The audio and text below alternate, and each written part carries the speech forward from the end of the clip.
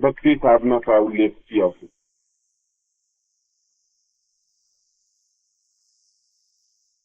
भगवान से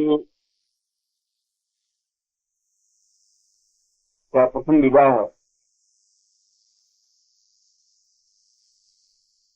सती के साथ, दक्ष की पुत्री सती के साथ हुआ था और वह स्वयं देवी स्वरूपा शक्ति का प्रतीक थी। एक बार दक्ष ने मृत्युंजय यज्ञ विश्व विजय की कामना के लिए किया। उसने सभी देवताओं का आवाहन किया, विष्णु, ब्रह्मा, इंद्र, वरुण, यम, कुबेर और सभी देवताओं को आसन देने के साथ ही साथ शिव का न तो आवाहन किया, न शिव को यज्ञ में निमंत्रित किया। सती अपने पिता के इस कार्य को महसूस कर अत्यधिक दुखी हुई और उसने शंकर को पूछा, मेरे पिता का यह कार्य शोभनीय नहीं है, फिर भी आप आज्ञा दें तो मैं उस यज्ञ में जाकर देखना चाहती हूँ कि ऐसा क्यों हुआ। फिर ने कहा कि बिना आदर के कहीं पर भी जाना उचित नहीं है। उचित निमंत्रण पत्र मिले, उचित सम्मान मिले तो कहीं पर भी जा सकते हैं, मगर बिना निमंत्रित किसी के यहाँ जाना अभीष्ट नहीं है। सती ने कहा, गुरु के घर और पिता के घर जाने के लिए किसी भी प्रकार के निमंत्रण पत्र की आवश्यकता नहीं होती, यह शास्त्रीय वचन है और वह मेरे पिता का घर है, इसलिए मैं वहां जाने के लिए किसी प्रकार की फॉर्मेलिटी या किसी प्रकार के निमंत्रण पत्र की इच्छा रखूं, यह उचित नहीं है। और सती अपने पिता के घर पहुंची। उसने इतने विशाल यज्ञ को देखा और देखा कि उसके पिता दक्ष ने सभी देवताओं को आवाहन किया है। सभी देवता अपने अपने स्थान पर स्थित हैं, केवल भगवान शंकर को छोड़कर। सती को अत्यधिक क्रोध आया और उस क्रोध अवस्था में वह उस यज्ञ कुंड में कूद गई जहाँ यज्ञ हो रहा था। उसी ने अपने प्राणों को त्यागने के निमित्त कि जहाँ मेरे पति का अपमान हो रहा हो वहां पर मेरा जीवित रहना किसी भी दृष्टि से उचित नहीं है, ऐसा सोचकर सती उस यज्ञ कुंड में ही कूद गई। जब भगवान शंकर को इस बात का पता चला तो वे अत्यंत क्रोधित अवस्था में वहां पहुंचे और अपने सभी गणों को आदेश दिया कि इस यज्ञ को विध्वंस कर दिया जाए। 49 गण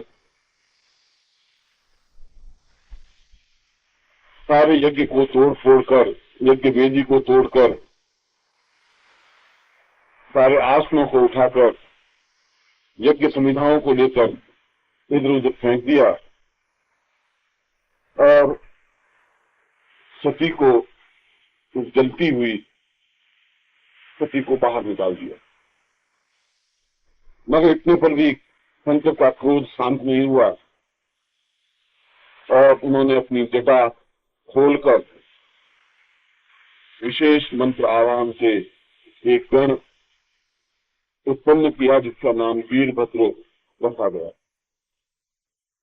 वीरभद्र को आज्ञा दी गई कि तुम्हें दक्ष का सिर काट लेना।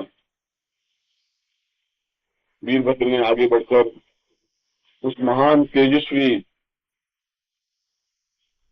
उच्च कोटि के साधक दक्ष का सिर अलग कर दिया। इससे बड़ा हो हल्ला मचा। सती ने आकाश से कहा कि यह तो सब कुछ यज्ञ को विध्वंस किया, यह तो उचित किया, मगर मेरे पिता का वध करना किसी दृष्टि से उचित नहीं था। भगवान शंकर ने एक बकरे का सिर लेकर वृक्ष की धड़ से लगा दिया और तब से वृक्ष का नाम अजा ही पड़ा। अज माने बकरा। जिस प्रकार गणेश का धड़ मनुष्य का है और सिर हाथी का है,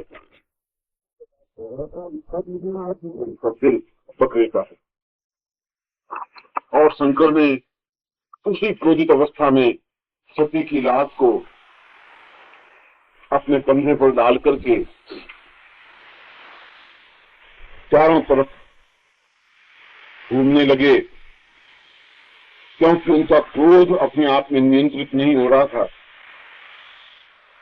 और जहां जहां वो बढ़ते गए और जिस स्थानों पर सती के अंग गिरते गए वे स्थान शक्तिपीठ कहलाए। कामाक्षा का शक्तिपीठ भी उसी प्रकार के पीठ में से एक पीठ है। जिस प्रकार से 22 ज्योतिर्लिंग भगवान शंकर के जो शिव भक्त होते हैं, ये भारतवर्ष के 22 ज्योतिर्लिंगों के अवश्य ही दर्शन करता और वे पूरे भारतवर्ष में फैले हुए 22 ज्योतिर्लिंग हैं।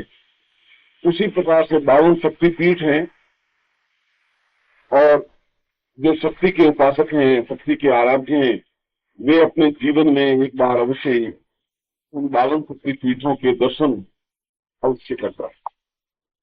जहां सती का हाथ गिरा, जहां सती का नेत्र गिरा, जहां सती की नासिका गिरी, जहां उसका सिर गिरा, जहां कुछ गिरा उसके पैर गिरे और इस प्रकार से उसके शरीर के 52 हिस्से टूट टूट करके गिरते गए और जहां जहां जो अंग गिरा वह शक्ति पीठ बनता गया, शक्ति की साधना की उत्तम कोटि का स्थान बनता गया।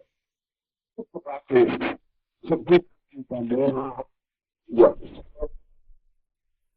उन्हीं गणों में उस पर्यंत भी एक गण था